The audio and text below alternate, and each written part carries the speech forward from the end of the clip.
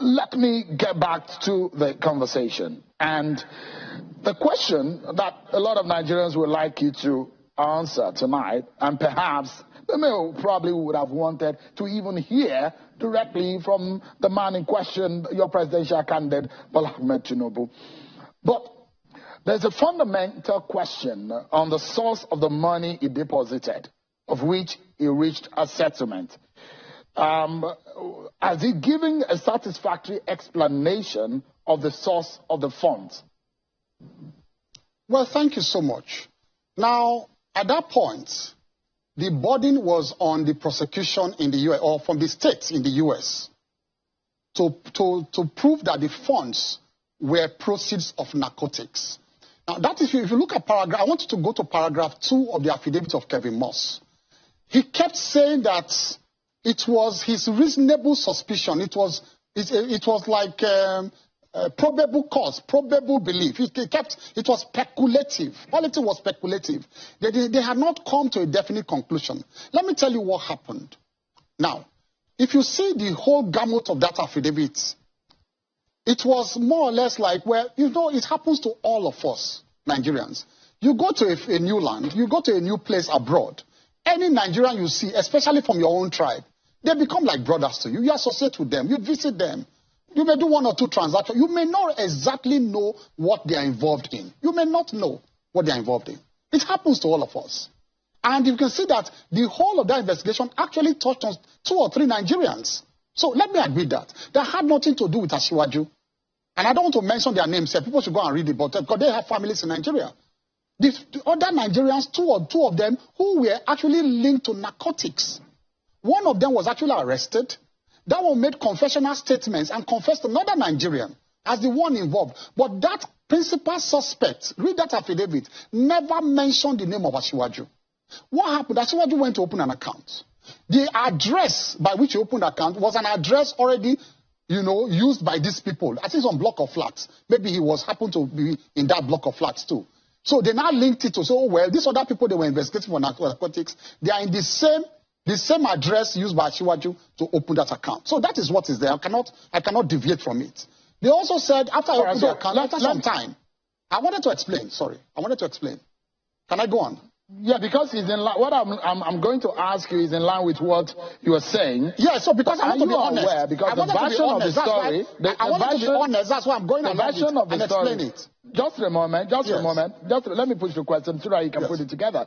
Yes. The version of the story you're saying tonight, and for those who are a bit more privy to what really happened, there are allegations, and I don't know if you are aware, that your principal was a member of a drug cartel for which is said to, in fact, they say he was a treasurer. And I was asking you about the source because this is going to premise the question I'm going to ask next. So I'd like you to also be careful in the answer so that my next question might be favorably answered too. Go ahead, please. Thank you so much. Please do not deviate from the affidavit. I want everybody to fact check the 2 of us. They never mentioned him as the treasurer. They said he was treasurer of Mobile. They never said he was treasurer of any narcotics group. What they said was that he was found to have worked for an organization, owned by the people they were investigating.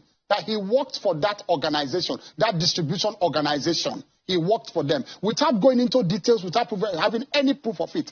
I'm very careful about the phrase that was used in that affidavit by Kevin Moss. Because you see, with a trained eye and the trained eye of a prosecutor, I read every line one by one. I've done this more than 10 years ago and came to the conclusion that Asiwaju had nothing to do with this. Because I read this more than 10 years ago. So I read it with a trained eye. So that is the phrase. If a prosecutor is looking for something to nail him, you have to go to that particular paragraph that now links Asiwaju. After they went all the rigmarole of investigating those 2 individuals, Nigeria, they now came to the point of Asiwaju. They now came to the point that where they now found out that part of the friends, relatives, that's what they use, friends and relatives, who worked for that organization owned by these people was somebody known as Asiwaju. That is all. That Tinubu. That's how they came to that. That's how they came to link him. Normally, they do that as a sweeping investigation. Yeah. Let me explain to you, because as a prosecutor, you do that in a sweeping manner. When you are investigating a crime, anybody linked in terms of transfer of funds to and fro from the person's account to your account, as a standard procedure, they will investigate everybody who paid money into and withdrew money from that account. It's standard procedure. But after all of it, they will now let me then push this here. Yeah. Yes. Yeah, Senior Advocate, let me refer you to Section 137 of the Constitution 1D, subsection 1D, which says that a person under a sentence of imprisonment or fine for any offense involving dishonesty or fraud by whatever name it's called, or for any other offenses imposed on him by any court or tribunal shall not be qualified to contest for the office of the President of Nigeria. In view of the forfeiture and the settlement that Bola Tinubu had in the United States, as the senior advocate of Nigeria, what are the legal implications of that circumstance, considering the Section 137, subsection 1D of the Constitution? Well, forfeiture is not a fine, I don't want to refer to you again. When I say I'm educating, this is like a class we are having. But for all those who think, for law students everywhere, who think forfeiture is a fine. Fine is a punishment. Fine is a consequence of a conviction. Fine is a consequence of a criminal trial. So fine has nothing to do with forfeiture. Forfeiture is a civil process. It's a complete civil process. So say, well, we are not even going into trial at all. The state goes into forfeiture proceedings with individuals just for the purpose of getting their monies. It does not mean you have committed a crime. You may have not fulfilled the obligation as a citizen regarding financial payment, just like tax. You have, at that point, he had not fulfilled his financial obligations regarding the deposits that were made there and the interest on those deposits. And so they say, well, you know what? Out of these 10 accounts, we are going to take our interest. And for them, tax is oil, is their oil.